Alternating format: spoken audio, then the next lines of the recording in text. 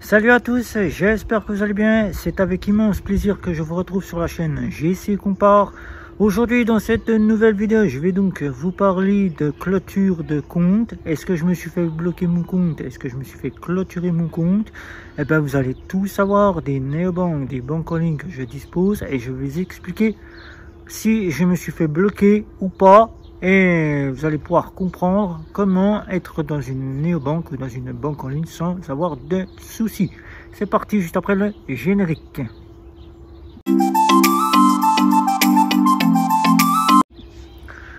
Depuis fin 2019, j'ai recherché une banque pour m'apporter des frais moins chers que ma banque traditionnelle classique qui était la banque populaire auquel je disposais de conseillers qui n'étaient que des vendeurs et qui ne faisaient pas ce que je leur demandais, qui importunaient pour un oui ou pour un non, qui au final 2020 j'ai eu des petits soucis avec la banque qui m'a valu cette fermeture de compte où tout est bien rentré dans l'ordre. Je n'ai pas eu la fameuse partie que tout le monde s'attend, c'est-à-dire l'interdiction bancaire, pas du tout, car j'ai su me débrouiller pour que mon problème soit réglé, car en temps d'inflation, vous le saviez, on dépensait, on ne pouvait pas travailler, on était en perte d'argent et au final, eh ben, ce qu'il a fallu, c'est qu'on a dépensé plus ce qu'on aurait dû garder sur le compte en banque. Et au final, ça m'a valu que j'ai remboursé ce que j'ai pu rembourser. Et au final, la banquière a quand même accepté ce que je lui ai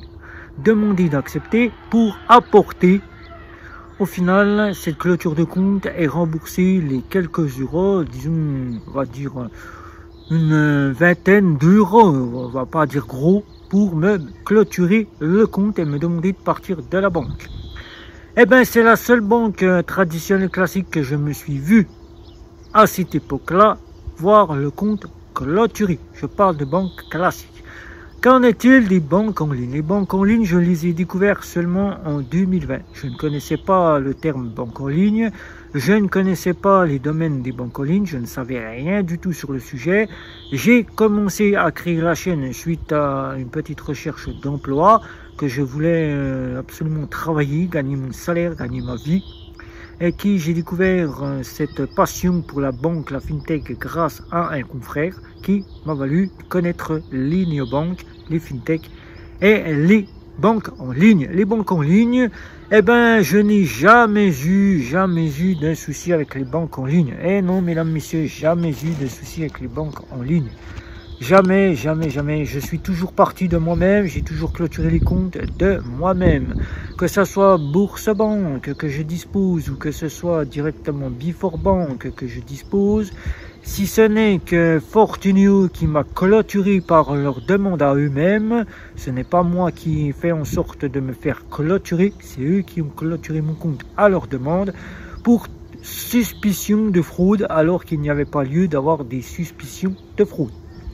C'est la seule et unique qui m'a valu cette clôture de compte via Fortunio. Voilà.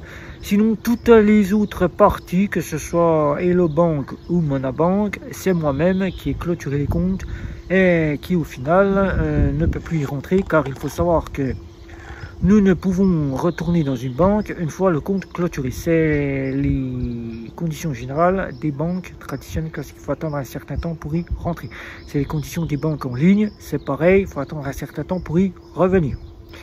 Alors, dans les néobanques, c'est la partie-là qui va nous intéresser, car beaucoup se posent la question, est-ce qu'on peut en faire un compte principal? Et c'est là que j'interviens pour vous parler que si ce n'est que les deux plus grosses néobanques, Revolut et N26, qui eux-mêmes ont choisi de me clôturer le compte sans même me donner de justification, sans même revenir pour me demander les raisons, s'il y a des raisons, car il y a des raisons de leur part, mais pas de ma part à moi-même, juste simplement me dire que je suis clôturé pour suspicion de fraude, alors que je ne suis pas une personne qui est là pour jouer la suspicion de fraude, qui n'est pas là pour frauder.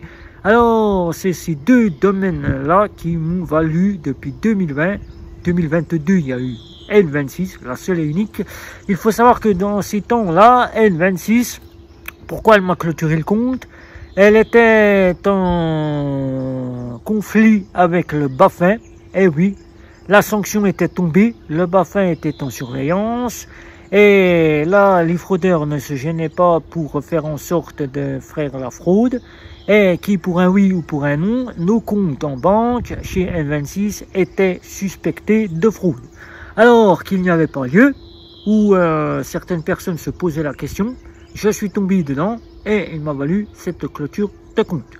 Alors que là, c'est au retour de chez Revolut qui, depuis quelques mois, a installé la fameuse intelligence artificielle, qui l'intelligence artificielle bloque pour un oui ou pour un non. Et oui, cette intelligence artificielle qui est censée sécuriser vos comptes prend les parties que vous faites avec votre compte pour des suspicions de fraude. Vous sollicitez recharger votre compte en banque avec une carte bancaire de banque traditionnelle classique ou de banque en ligne. Eh bien, il y a quelques mois, elles ont été reconnues comme étant des fraudes. Alors, ça a valu que je suis tombé quasiment dans cette partie de clôture de compte. Avec un retour de chez Revolut qui a bien précisé que j'étais un fraudeur, que ce qui s'était passé sur mon compte valait cette clôture. Donc là, vous voyez, les deux plus grosses n'ont pas joué le jeu, mais si ce n'est que vous allez me poser ces questions. Pourquoi ces grosses néobanques t'ont bloqué ton compte alors que tu ne fais rien, que les petites auraient pu te bloquer ton compte?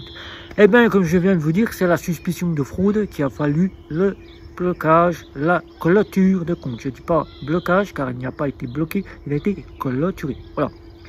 Mais les petites que j'ai eu en ma possession, que j'ai encore en ma possession, le fameux compte nickel où tout le monde revient me voir en me disant c'est pas la peine de nous parler du compte nickel, il le bloque à tour de bras. Je n'ai jamais subi quoi que ce soit en tant que compte nickel avec les ouvertures que j'ai faites au compte nickel. C'est seul moi-même qui ai clôturé le compte car il valait que je ne pouvais pas rester avec le compte nickel du fait que je suis avec 8 à 9 cartes de test et que le compte nickel ne pouvait pas être en ma possession car il n'y avait pas d'innovation et que pour cette innovation je dois attendre que Nickel fasse un point d'innovation pour que je puisse revenir sur cette partie réouverture de compte et reprendre le compte Nickel pendant quelques mois pour le test de cette fameuse nouveauté qui arrivera ou qui devrait arriver prochainement, car il va y en avoir, ça il faut se le dire. Mais jamais Nickel ne m'a bloqué mon compte, jamais Nickel ne m'a demandé de justification. Jamais. Et pourtant, j'ai fait que des transactions, des virements entre comptes. J'ai fait des dépôts, des sommes d'argent conséquentes. Et jamais je n'ai eu de retour de la part de la fameuse FinTech Nickel me demandant de justifier les fonds que j'ai déposés. Alors que c'était le retour de mon argent, de mes épargnes, du fait que j'ai travaillé depuis 2020, auquel j'ai eu des épargnes bien conséquents, auquel pour vivre il faut bien que je prenne l'argent sur les comptes, car maintenant avec la situation que je dispose, je n'ai plus autant de salaire que je disposais au temps où je travaillais, donc là je dispose des épargnes encore un petit peu fournies, plus autant que le temps où il a fallu avoir ces épargnes et mettre de l'argent dessus. Ben là les épargnes sont un petit peu comme le temps, un jour c'est beau, un jour c'est gris. Donc c'est pareil pour mes épargnes. Donc alors jamais le compte Nickel ne m'a bloqué mon compte en banque. Ils ont toujours été dans la partie d'être sérieux, d'être là et de me faire en sorte que je puisse avoir un compte en banque. Lydia. Alors Lydia qui est devenue Sumeria, je n'ai jamais subi quoi que ce soit, ni demande de justification, ni demande de quoi que ce soit au niveau de la fameuse FinTech qui engendrait un blocage de compte, car je n'ai jamais subi un blocage de compte. Et pourtant, je l'utilise que très peu, j'y mets très peu d'argent dessus. Je fais des transactions de virements instantanés beaucoup avec la fameuse Sumeria. qui pourrait me voir considéré comme étant un fraudeur, un blanchisseur d'argent, et je n'ai jamais subi, écoutez bien, jamais subi une demande de justification ou une demande de clôture ou quoi que ce soit qui enfreindrait les conditions générales. Et la fameuse plus grosse néobanque, et oui, qui après Revolut, qui est déjà la plus grosse, et N26 qui suit de près, eh ben, Bunk, qui normalement depuis 2020 que le compte est ouvert, je parle de 2020 que le compte est ouvert, eh ben, mesdames, messieurs, j'y dépose des sommes conséquentes, car je commence à gagner un petit peu plus d'argent que mes débuts de YouTube. Je dépose des 1500, voire entre 1000 à 1500, voire des 2000 euros, car je récupère un petit peu d'argent de mes épargnes, de tout ce que j'épargne, de mes parties de crypto, car je fais un petit peu de crypto, ou un petit peu d'investissement en Suisse. Je récupère de l'argent dessus, je fais revenir cet argent chez Bunk. Et ben, je peux vous dire, mesdames, messieurs, que Bunk ne m'a jamais sollicité pour demande de justification. Le compte que vous voyez ici chez Bunk, qui est le plus ancien depuis février 2020, ne m'a jamais valu quoi que ce soit. J'ai juste simplement eu un rappel au début d'année 2024 qu'il fallait que j'utilise le compte en banque, ou encore là, j'ai des petits rappels de temps à autre. Veuillez recharger votre compte, supplément une petite partie pour qu'on utilise le compte, qu'on ne le laisse pas à l'abandon. Alors, si moi j'ai pu tenir aussi longtemps avec certaines néobanques, qui certaines, par le fait qu'ils ont bien fait leur part à eux et non pas la part du client, m'ont valu la clôture. Je ne parle pas de justification ni de quoi que ce soit d'autre. La demande de clôture de leur part pour des fraudes auxquelles je n'ai jamais eu conscience, jamais effectué. Alors, la chose qui est là, la plus grosse, des plus grandes néobanques, qui n'est pas la plus sollicitée, certes, mais qui est là et auquel je suis en compte principal, la partie que ce soit la carte de débit, on va prendre la carte de crédit ici chez Bunk, ne m'a jamais valu de dépôt de justification, de demande pour quoi que ce soit, ni de clôture, ni de suspicion de quoi que ce soit. Le compte n'a juste eu qu'un seul rappel qu'il fallait que je ne laisse pas le compte à l'abandon, qu'il fallait que je l'utilise, car il n'aime plus trop, à notre époque, que les comptes soient à l'abandon. Alors, si vous me parlez de blocage de compte, qui moi, là, vous donne les seuls et uniques que j'ai eu dans mon point depuis 2020 que je suis youtubeur, que j'ai commencé la chaîne YouTube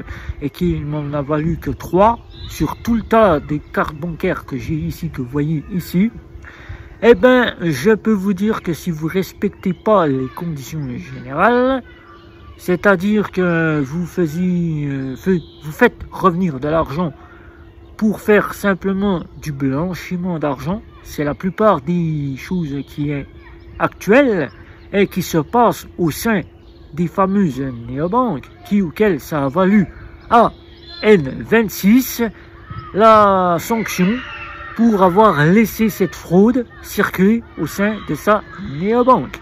Alors si vous êtes là à venir le matin vous faire un petit point, vous faire un petit point où vous dites je viens de me faire bloquer mon compte, j'ai 4000, 5000 euros qui sont sur le compte, sachez que la néobanque, elle a pris la résolution de vous bloquer votre compte en banque juste uniquement à des fins qu'elle a jugé que vous faisiez de la partie blanchiment d'argent, auquel elle ne reconnaît pas la partie d'où provient cet argent.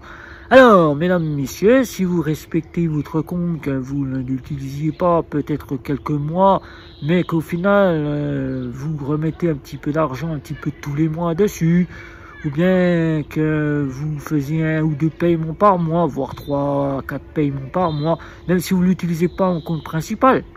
C'est pas le fait que la néobanque vous demande de l'utiliser spécialement en compte principal, c'est qu'elle demande qu'il y ait au moins quelques transactions pour ne pas voir les comptes à l'abandon. Si vous faites comme moi, je le fais, certaines sont alimentées pour faire 1, voire 2 paiements, voire 3 paiements dans le mois. Et le plus qui est conséquent, c'est mon compte principal que j'utilise tous les jours dans la vie quotidienne, auquel là, je peux me dire bien précisément que je n'ai pas à me soucier en faisant cette tactique. La partie blanchiment d'argent, si ce n'est que pour faire des transactions de virement bancaire, mesdames, messieurs, sachez que tôt ou tard, vous n'allez pas tarder à vous voir un matin, vous réveiller en disant je vais prendre 10 000 €, je vais les placer sur le compte. Et là, bye bye, votre compte ne sera plus en votre possession, car il faut savoir que les néobanques ne vous redonneront jamais votre compte en banque, à moins qu'elles jugent que votre justification est valable. Si elle est valable, peut-être que oui, peut-être que non. Mais mesdames, messieurs, si vous jugez que vous êtes apte à faire ce que vous sollicitez faire et que personne ne doit vous dire quoi que ce soit, sachez que derrière, vous n'êtes pas prioritaire. Vous n'êtes pas là pour vous dire, ben, je suis comme je veux, je mets 10 000 si ça me chante et je pars là où j'en ai le besoin. Non, pas du tout. La fameuse néobanque est une néobanque plus stricte. La fameuse fintech ont des règles plus strictes que dans les banques traditionnelles classiques. Sachez que dans une banque traditionnelle classique, le banquier, lui, peut jouer le jeu et vous redonner votre compte s'il juge par lui-même que votre compte est apte à être nouveau à votre possession. Sinon, le banquier peut vous dire stop, ben je ne sollicite plus la confiance entre vous et moi, le banquier a plus de souplesse que dans la néobanque qui est plus stricte et auquel le régulateur, à tout moment, s'il juge que votre compte n'est pas aux normes, que les transactions ne correspondent pas aux besoins de la néobanque, c'est-à-dire du quotidien dont elle a été créée, votre compte peut être bloqué à toute heure, à tout moment, ainsi que dans les banques traditionnelles classiques et dans les banques en ligne. Alors pour ma part, comme vous le voyez, c'est pas parce que j'ai un petit tas de cartes bancaires à mes côtés que tous ceux-ci se sont fait clôturer, même pas ceux que je vous ai cités ici. Il n'y en a eu que 3, Fortuneo, Revolut et N26 qui m'ont clôturé les comptes pour suspicion de fraude. Sinon, vous le voyez bien, si moi j'ai pu être dans une néobanque depuis 2020, vous pouvez y être. C'est que j'ai tout bien fait, j'ai tout bien respecté. Alors si vous avez des questions, n'hésitez pas, un petit like, un petit abonnement, les réseaux sociaux, c'était Guillaume, ciao ciao ciao.